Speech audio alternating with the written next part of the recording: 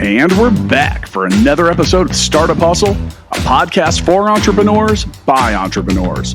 If you want to start, own, or build a business, then you're in the right place. We bring you the real truth about what it's like to take something from concept to launch. From growth, innovation, experience, failing, or winning big, we've got you covered. So let's get down to business with another episode of Startup Hustle, brought to you by Fullscale.io.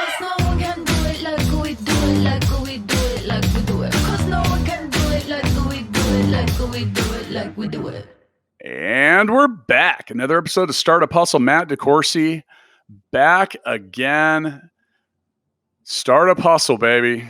And I'm here to up my game today. What does that even mean? We're going to tell you, and I'm going to tell you, and our guest is going to tell you here in a minute. But before we get too far into this, I need to let you know that today's episode of Startup Hustle is sponsored by Fullscale.io, helping you build a software team quickly and affordably. And effectively, I guess.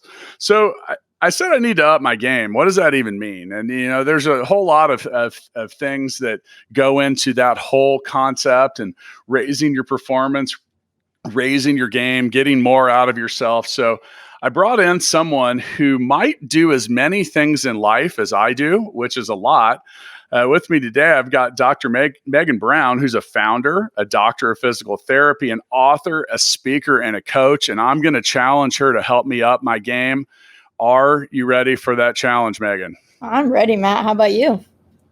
I don't know. I don't know. I never know. I'm always willing to find out. I'm a bit of a human guinea pig when it comes to human performance and wanting to figure that out. Now, before we get started of fixing my game, what's your story? What has brought you to the point where you're doing so many things, and just kind of give us an idea of like what problems you wanted to solve that brought you here?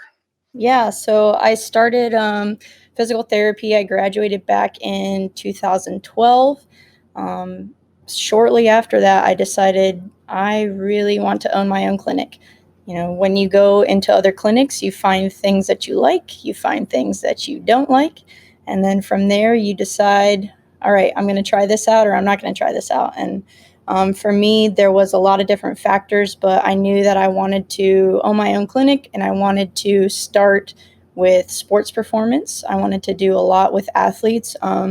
Just a little background, you know, I've played pretty much every sport. I'm a military kid. I grew up in the military, so we moved around a lot, and sports was kind of my way of making friends, of getting out there and figuring out what my new school was going to be like, what my new place was going to be like. So every 2 years we moved, and I went to 3 elementary schools, 2 middle schools, 2 high schools.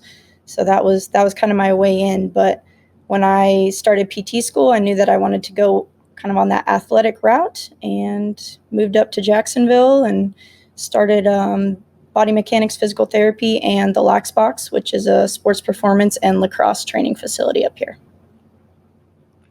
Okay, so now, as I mentioned, you're an author as well, a speaker and a coach. So let's get a few details on that. What's the name of your book? What's it about? Yeah, I actually have 3 books. Well, 2 are out right now. The third one I'm still in the process of writing, but they're all kind of journal based. So the first one is the Restore Journal. The second one is the Develop Journal, and then the third to come is the Strength Journal. So each one has different aspects of how you can improve your day, you know, when we journal, sometimes it helps us reflect a little bit more. We can understand, you know, what's actually happening in our life. We can create patterns. It's almost like data-driven, you know, information. And as a physical therapist and kind of a science nerd, I definitely like data, and it helps, you know, drive a lot of aspects of what I do in my job. And so that's what those journals are created for. Sure. And, you know, data is a hot topic around our world and startups and entrepreneurs. Some people say it's now the world's most valuable resource. There's a lot of ways to look at it, but, you know, when a journal-based anything, you got to kind of keep track of where you were to figure out if you're making any progress or not. You know, I also have written a book called Balance Me that's about trying to find success through a proper balance in your personal, professional, and physical life. And it's got some simple journal type stuff. I mean, just simply asking what percentage of your day goes to each category: personal, professional, and physical. And if you ask most people, if you say, well, where does it go and where do you want it to go? You have two completely different answers. So, some of that journaling, and I suggest in my book as well, which is trying to keep track of the stuff that you're spending time doing that has little to no value, in order to replace those activities with things that move you a little further towards your goals. Yeah. So, yeah. And that's part of the Raise Your Game program, that you were talking about in the beginning, is we have to look at those different habits. Our habits, they're not good or bad. They're just kind of indifferent, and we have to figure out, okay, this habit is going to replace this different habit that maybe, like if I stay on my phone and just check out YouTube for 3 hours versus actually making content and making a YouTube channel, those are two very, very different things. And in the Raise Your Game program, we're trying to kind of tackle all those different things. Much like you were saying in your book, we look at the physical side of things, the mental, the nutritional, and the goal setting side of things. And it's not just for athletes. Does it work really well for athletes? Yes, of course, but it also works really well for, some people like to call them corporate athletes, or, work-life athletes. So it's anything that you're doing in life that you want to get better at. There's a good plan to help you get that way. And I tell my patients, I'm kind of like their Sherpa on their life journey when it comes to this. So sometimes people just need to be heard. Sometimes people just need to be seen, and then they need that little guiding light or helping hand to get there. Yeah, I think that level of accountability is important. And that's where coaches and mentors can be a big deal for a lot of people. And, most people fail at the start, meaning like they never start. Yeah. And there's so much to that. And for those of you out there listening, finding a good mentor and coach can be pivotal, because a lot of people just kind of shrug it off. They say that they want to do stuff. And I went through a lot of that while writing Balance Me, which was like 10 years of my own experience. And it's funny because people are like, oh, you wrote a book about that, you must be a master. I'm like, sometimes, we're all good at this kind of stuff in certain points of our life and bad at it at others. Did you create your program based on your own? I mean, is this your own personal experience? Are they observations? Are they a collection of other people's different things? I'd say it's kind of a combination of all of those things. Growing up military, you definitely learn a lot differently than I think other people do. My dad was in the Air Force for 24 years. And if you just think of a military, person and that mindset, that's kind of how I was raised. I was the oldest of three. So anything that my younger brothers did, I was always held accountable for, no matter if I was there or not. And growing up, it was difficult, but looking back on a lot of it, it was necessary. And even, going throughout my life, I lost my brother he was 18, he committed suicide. And then my dad, my first semester of PT school, died suddenly as well. And so it was a lot of challenge as far as, okay, what do I do now? And a lot of people that I see, they come with kind of that baggage, even physical things. If someone tears up their knee, it's not always just physical. A lot of mental stuff goes into it too, because when you're an athlete, especially high school, college athlete, and you get hurt and that was your world, your whole world is turned upside down. So it's kind of been a combination of stuff that I've gone through, of stuff that I've helped people go through, stuff that I've heard from different athletes that I know. So it's been a combination. So I like the Sherpa analogy, because we all have baggage. And sometimes if you can get someone to help you carry it, Yeah. or maybe unload it, or maybe say, you know what, leave it behind. So many of the things that, really in the end, time management has a lot to do with this stuff. And, my often and frequent co-host, Matt Watson, will always, he's got a quote, just mainly about, it relates to your own personal backpack. And the more things that you pick up, like if you want to get to the top of the mountain, you got to keep carrying certain things. So sometimes, do you find that a lot of the people that you work with are just overcommitted to stuff, or is it they're often a different issue about why they're not ascending? There is some overcommitment. I think sometimes with high school athletes, for example, they come in, and if they were injured, they have school and they have home life and they have sports life, and how do they balance these things? And when you're a teenager, that's already difficult enough as well. So you're trying to figure out a lot, especially at that high school time. But as you become an adult, if you don't know how to kind of go on that path when you're younger and figure those things out, when you get to be an adult, it's not like you just magically know what to do. Unfortunately, that's not how it works. But when you're younger, if you start getting into those habits, kind of like what you talked about with the time management and understanding, okay, this is important, this isn't as important. It's not as important if I am not liked by, Sam in school because I don't have the right shoes on, as opposed to, okay, I'm gonna perform and do my job in the classroom or out on the field. But yeah, people have a lot of different things. I mean, that's what makes us human, and you can't just pinpoint it to one thing or another, but we do have common threads. Yeah, I actually made that same thesis statement of sorts in my book, because people, you look at three categories and you say, oh, you're trying to have a balance, but the balance is different for everyone. Yeah. And really the balance is about what makes you happy. But it also has to work within manageable ranges. And, my whole point and balance me with the personal, professional, physical thing was, if you overcommit in one category, eventually the other ones will come to claim that balance. And, so as you get older, if you spend all your time working, and 90% of your effort is in the professional category, your physical and personal life are going to suffer. And if you end up getting a divorce because you're never at home, or you're not there to raise your kids and they kind of run wild, you're not going to be able to put 90% of your effort into your professional world. And on a physical sense, if you don't take care of your body and you don't stay somewhat in shape, then you're going to have health issues. And if you've ever, as you're aware, as a doctor and physical therapist, those things can be really debilitating, and they can suck a lot of time.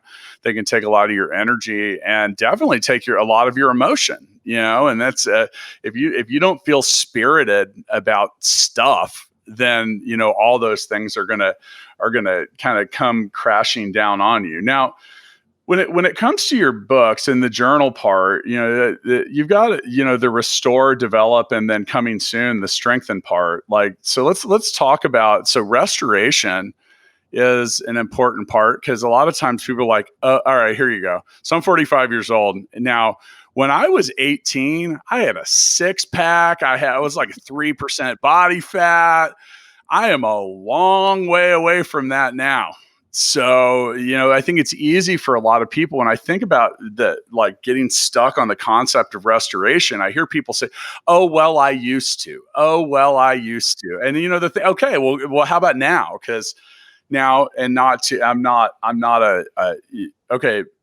Buddhism says all you have is now. Yeah. The future is something yet to come, and the past is already gone. And so with the Restore journal, what's the story with that? What are we seeking restoration with? A lot of that is mindset, and like you said, you're a 45-year-old guy now. You don't have the 6-pack and all that anymore, but that doesn't mean that you can't you can't feel good about yourself, right? So a lot of it is learning to, it's kind of like meeting ourselves halfway. We expect in relationships that the person that we're with, or the person that we want to learn from, or mentor or whatever, that they meet us halfway, but we often don't even meet ourselves halfway. We put these crazy high expectations of where we think that we should be, and most of the time we don't even know where that expectation comes from. It could be coming from how we were raised, what our parents told us. It could be coming from the things out in the world that we look at and like, oh, I want to be like that girl or that guy. But we just have to realize, okay, like you said, we're at where we're at, and how do we move forward from there? If you're trying to, let's say, for example, quit smoking, what do you need to be doing in the next week, next month, 6 months, whatever it is, to stop smoking? You're not just going to be like, okay, I'm just going to be done smoking, because if it's something that you've been doing for years, you have to change pretty much your brain chemistry now. You have to create more favorable habits, because your smoking habit came out of something, whether that was something stress related, or you saw your older brother doing it, so you wanted to be cool, so you started doing it. It came from somewhere. So we have to figure out, one, where these things are coming from that are either destructive or non-favorable for your life. And then we need to figure out what we can put in place of those things that are going to make you feel just as fulfilled, but in a more healthy, positive way. Yeah, and so many of the things that you talk about this long-term approach. This is you have to have that in your mind. But at the same time, like, if you told me, now I don't smoke, but if you told me I had to quit, and you said, well, what's the one thing you have to do in the next 4 hours to quit? And I'd say I'd have to not smoke a cigarette. Yeah. But I mean, now I found in my research on these matters that there's a lot of simplicity in the solution. The complexity is way up the funnel, Yeah. and you have all these different things that get in. But if you can wrap your head around the simplicity, the zeros and ones, because it's a yes or a no. Like, Mm-hmm. in the end, you're just going to decide to smoke a cigarette or not. And so what do you need to do to quit smoking? You need to not smoke cigarettes. So, all right. So now if people are listening, they're like, yeah, that's pretty fucking obvious, Matt. Well, it is. But that's my point, though, is that Yeah. where you want to be and how you want to get and what you want to become are very binary. You do or you don't. You win or you lose, black and white, true, false, win, loss, those kind of things. And I had a hard time proving anything different. And some people actually got mad at me. They're like, well, what about a drug addict? I'm like, same thing. Yeah. They You either do gotta drugs quit or or you don't. don't. They're like, yeah, but there's so many things. I'm like, yeah, but that's not the simplest explanation of why it occurred. Now you get up there and, maybe, but I found in so many ways that the things that people wanted to quit or that they wanted to change about themselves involved very simple tweaks in their overall approach to doing things. Like, okay, I drink too much. Okay, well, who do you hang out with? Well, I've got 3 dudes that I hang out with all the time. And now the question is, okay, are you drinking with them? Yeah, that's what we do. Okay, well, then we might need to change that. Or you're going to have to get to the point where you Yeah. can hang out with these people and not drink. Did you find in your research and your writing and your practical application that, like, are you supportive of the things that I just said? Do you find the same kind of stuff, or is there something different out there? Yeah, I think, there is a very binary approach when you think of an end result or a goal, but the way that you get there is all up to you, right? You can take the long way around, or you can take the short, maybe not so fun way to it. So it really is a matter of preference, and it's also a matter of stamina and endurance and mental, acuity, and where you really want to get going. Because an athlete that's injured, let's say they had a knee surgery, their whole thing is, I want to get back to sports. Okay, well, that's your goal, but how do we get there? It's going to take smaller steps. You have to learn how to contract your quad. You have to learn how to stretch. You have to learn how to do these various things before you can even put weight on that knee, before you can even start to walk, before you can even start to run, before you can pivot, playing games, all that kind of stuff. So I think when people start thinking of these goals, they don't realize that they may seem far off, but the path to it doesn't necessarily have to take as long as you've already been taking in your life to get there. Because as people get older, then they're like, well, I'm never going to get there because it's already been 30 years, 45 years, whatever it is. That's hogwash, though. Like, so when you ask people what they want to do, like, you say, well, what do you want? Like, what's some goals?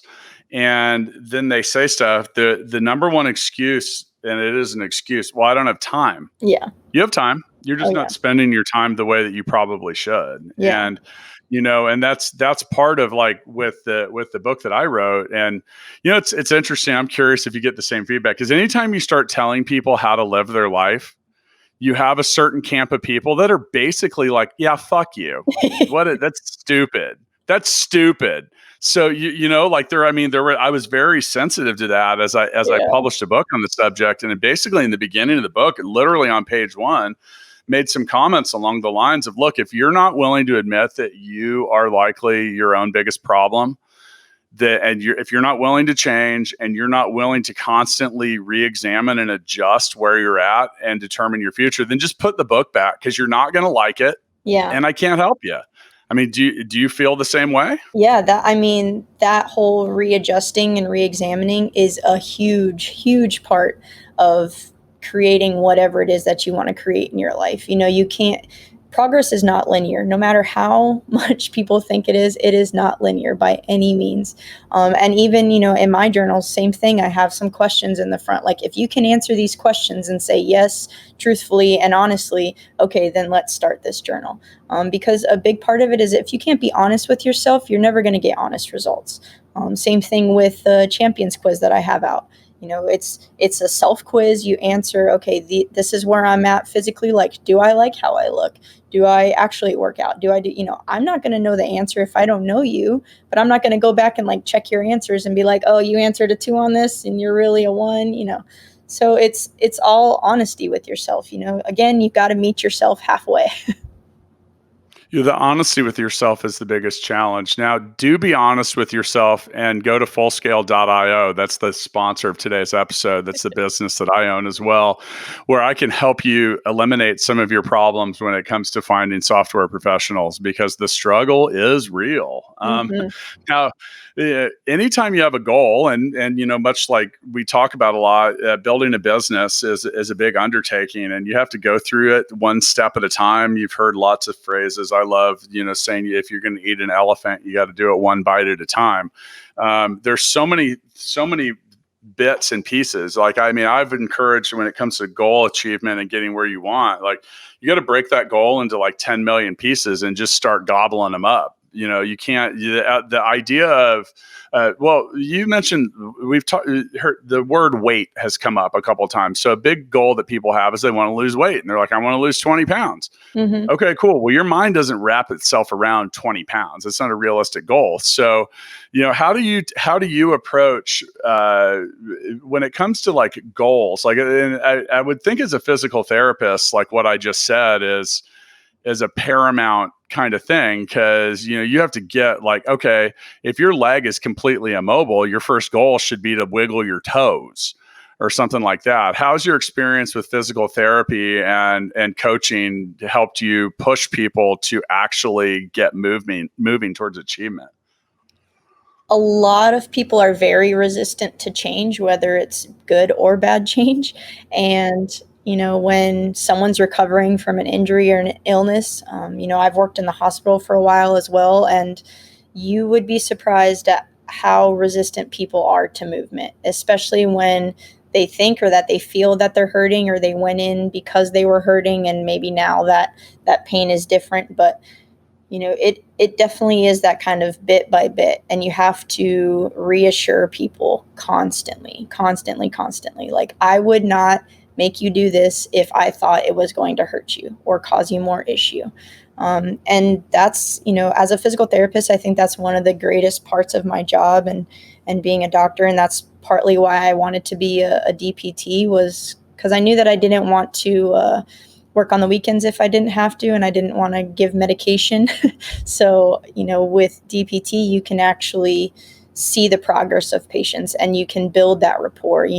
Unfortunately, the way that our healthcare system is now, and with insurance especially, a lot of medical doctors are very rushed when they see their patients, whether it's something like the flu or a major surgery. Everyone is really rushed with things. And having my own clinic, I can take my time with patients. I can really make them feel like that they are wanted and that I'm here in their best interest, but they also know that they have to meet me halfway, that they have to put in the effort in order to get to where they want to go. What about when it comes to unrealistic expectations? And I think bridging the gap between optimism and realism is a challenge, like, I mean, and I would imagine as a therapist, like, hey, I need, you mentioned the goal of an injured athlete is to play sports again. Well, if you tore your ACL, that's not happening in 2 weeks. So, but you can't create an unreal set of expectations around changing that. So how do you suggest that people deal with that, or when do you, or I don't like to tell people they can't do stuff, but sometimes it is truly unrealistic. And I talk to a lot of people that want to start a business, and I try to be as realistic with them as possible. I'm like, I think you're going to have a lot of problems here. I think you're going to, and kind of like, I think you're going to, the equivalent of telling an injured athlete, if you get back on the field, you're just going to hurt yourself worse. Yeah. So how do you approach that with either patients or those you're coaching? Yeah, sometimes you do have to be the bearer of bad news, but at the same time, if you give them the bad news with maybe, I wouldn't say hopes, but an alternate plan. So, when people get injured in games and they know that they're going to be out for a while, you try and give them other things to be a part of the team still, to help with practices, to, write up plays, to start to visualize. We've been using a lot of visualization, especially in this Raise Your Game program, where, you have to see yourself where you want to be. And then that kind of helps your brain figure out what it needs to do to get to that point later. So something that we actually use in physical therapy a lot, and they've used in amputees as well, is kind of like a mirror therapy almost. So let's say that you're trying to, get your quad moving on one leg. Well, instead of doing it only on that leg, that injured leg, you start to do it on that opposite leg. So now your brain is understanding, okay, this is what that motion feels like. And then you get that kind of cross communication to the other legs to start moving. So, when people get injured, you do have to tell them, you have to be realistic with it. You can't be like, oh yeah, like you said, you tore your ACL, you'll be back on the field in 2 weeks, because we know that that's not the case.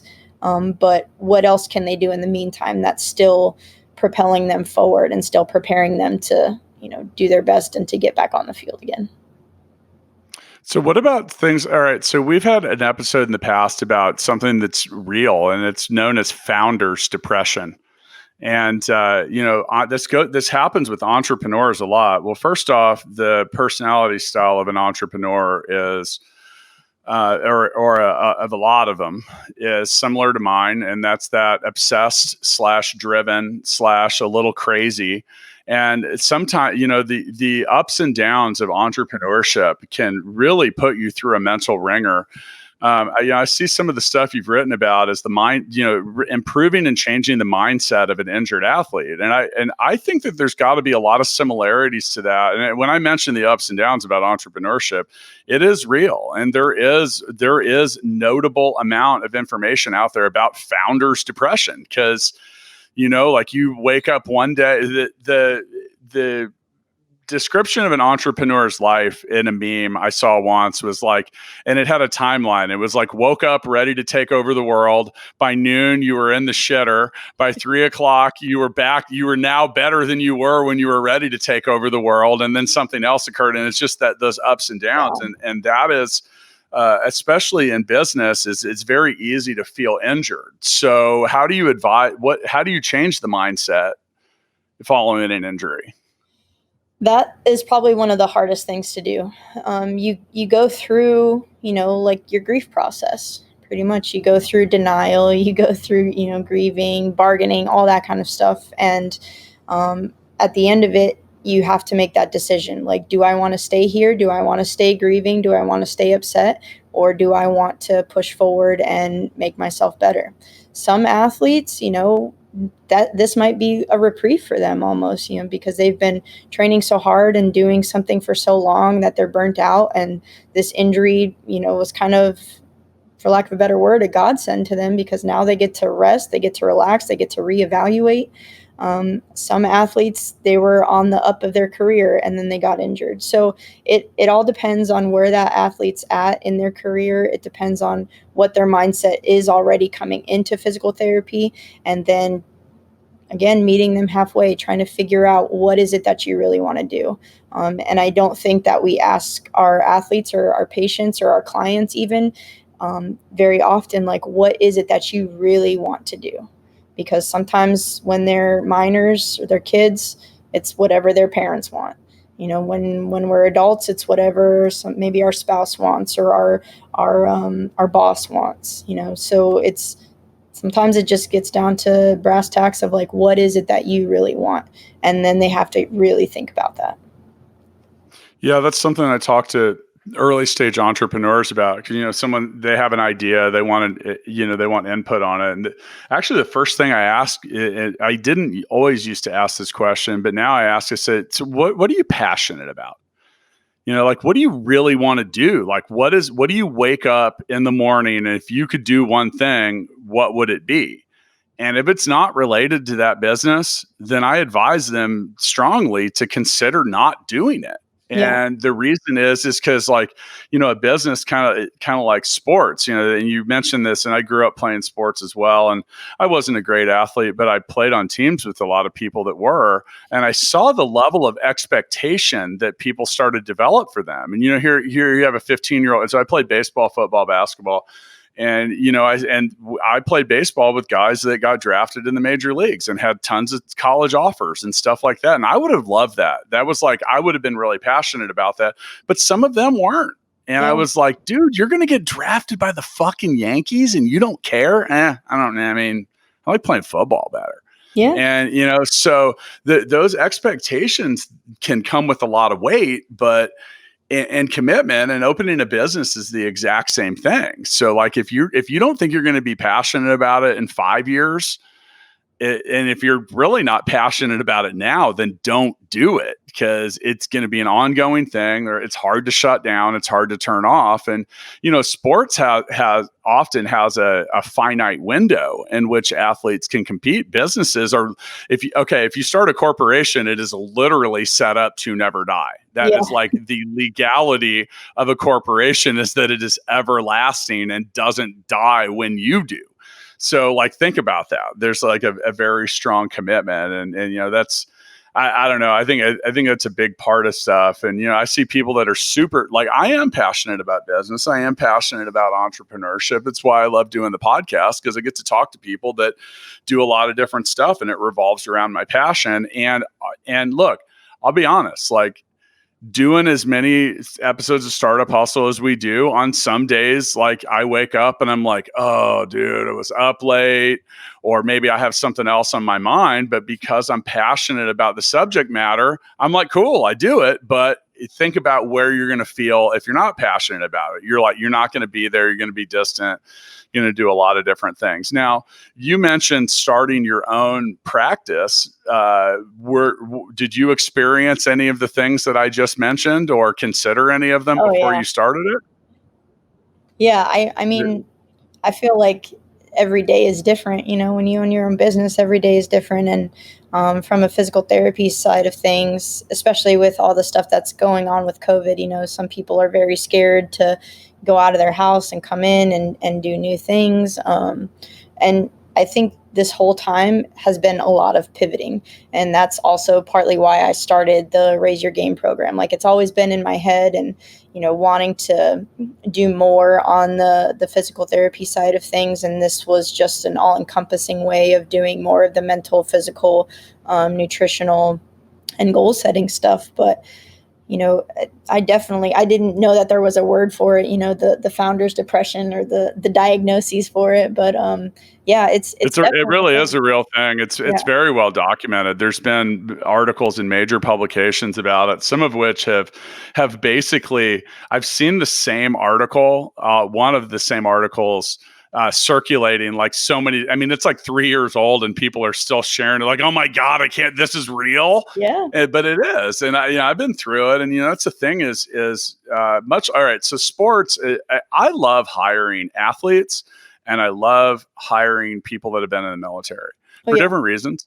Now, you mentioned growing up in an Army family. So my mom's side of the family was like that. My mom's dad was a surgeon in the Army and was in 3 wars, and she never started the same. There was only one time in her life where she did 2 grades consecutively at a school, and that was when she lived in Japan.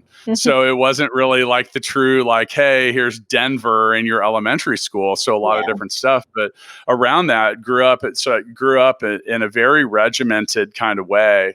You mentioned the world doesn't often teach you how to be an adult. The military will try. Yeah. They will try in a lot of ways. Like, and our chief marketing officer was a sergeant in the Army, and his job was packing parachutes. Ooh. And hey, when he told me that, I was like, damn, if I need to, so I can rely on you. Yeah. He's like, yeah, I think so. Cause if you fail at that job, they actually put you in jail.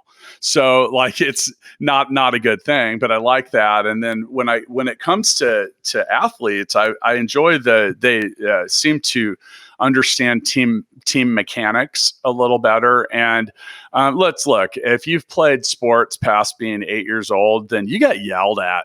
You got you dealt with some pressure and some different stuff. Either that, or you were probably not welcome on many teams and maybe a shitty athlete, because that's part of the coaching. Do you think that both, I'd like to hear your take on how the military or team sports growing up have helped you as an entrepreneur and a business owner? Yeah, I think both have actually been really influential on myself as a business owner, and just, I do put high expectations on myself with a lot of things, but in growing through my businesses a little bit more, and just my personal growth as well, I've noticed in the past, year and a half, that expectations are good, but not to put them at such a high rate that you're bound to fail, So with the military and sports, you definitely have to have, like you said, kind of that regimented, you have to show up to practice early. You have to be there until whatever time. You have to do whatever your coach says. And it's great from my end because I do get to be my own boss, but, I kind of help other people to understand what they need to do in life as well. So, right now I'm actually mentoring. I'm mentoring a new PT just out of grad school, and we're kind of going through some of the similar things that I went through first starting into the career. So understanding and recognizing that not everything that everyone does is going to fit your style of PT, and you have to find your own style of PT. Same thing with athletes. You have to find your own style of play. Even in the military, no matter how regimented things are, you have to find your own style. You have to find what speaks to you, because if you don't, it's like you said, you're not going to enjoy waking up in the morning and going to work. You're not going to enjoy whatever it is that you're doing. Well, self-discipline is described as doing the things that you need to do the most at the times that you want to do them the least. If you're going to own a business or have a startup, then you better be prepared for that.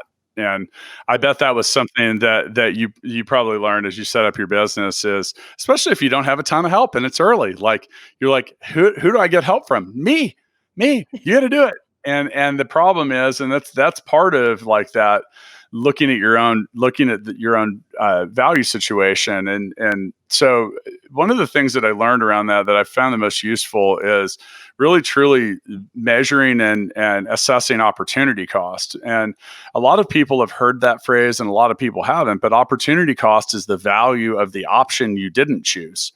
And anytime you choose to do one thing, you choose not to do something else. So if you can train yourself to now, here's the thing: is when it comes to looking at opportunity costs, there isn't a clear definition of win or lose, because sometimes that's just a matter of like, okay, what am I not doing by recording this podcast now? Now I'm at home in quarantine. I could go play dolls with my daughter. Mhm. And so some people I'd say that I did this instead of that, and some people will be like, "Oh my gosh, you missed out on that opportunity forever." But maybe I didn't. Like I don't know. Maybe my daughter didn't even want to play dolls with me. I'm not even that great at playing dolls.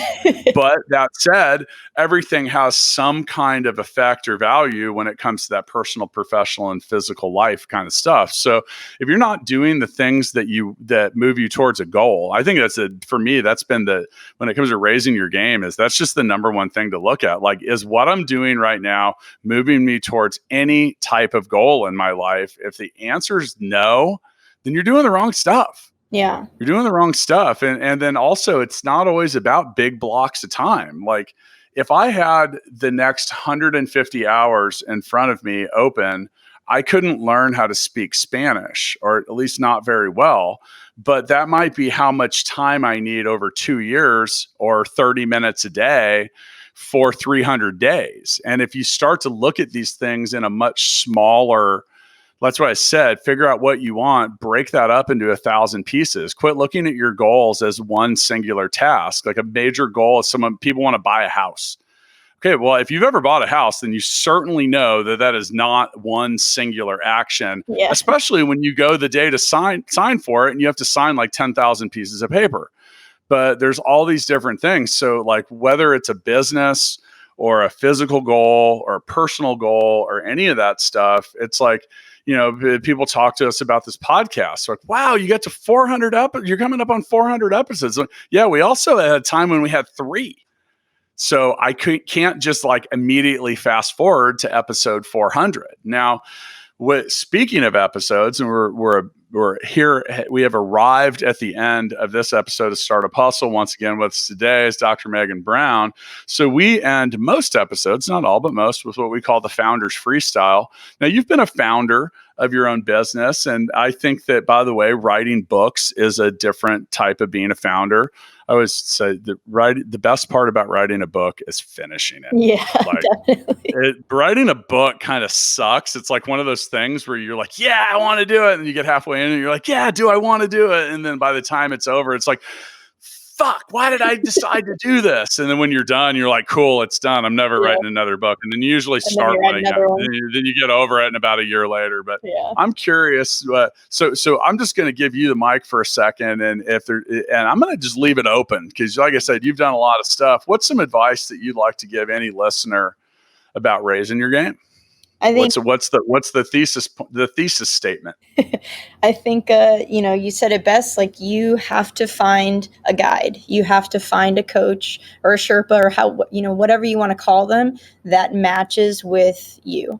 I have a business coach. I have someone that I took the time to kind of seek that person out and figure out, okay, like, I know that I don't know everything about business. I know everything about my business and PT, but I don't know everything about business, and I need a little bit more help with that. The moment that you are able to actually understand that and take that step is the moment that things are going to change for you, because everyone needs to realize that you might be good at multiple things. Like, I do a ton of stuff. Matt, you do a ton of stuff, but that doesn't mean we're great at every single thing that we've ever done in our lives, right?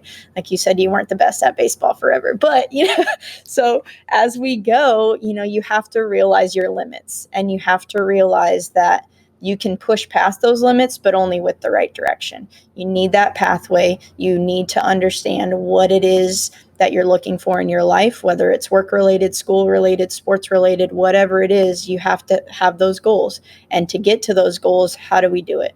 We reach out to the people that know what they're doing, to the people that have probably gone through a lot of what you've gone through. So, like I said, I've played high school sports, collegiate sports. I still play international lacrosse. So I know what it's like to be an athlete at a high level.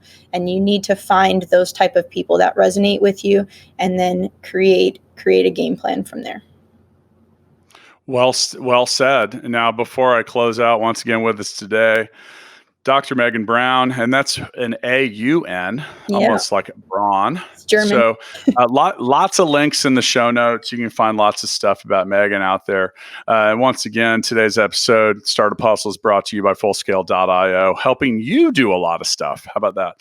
So, I think you're right. Everything you said, I think that the guide and the mentor thing is important. And if you look at any story, any movie, any book, anything that's ever been popular, there's always a guide.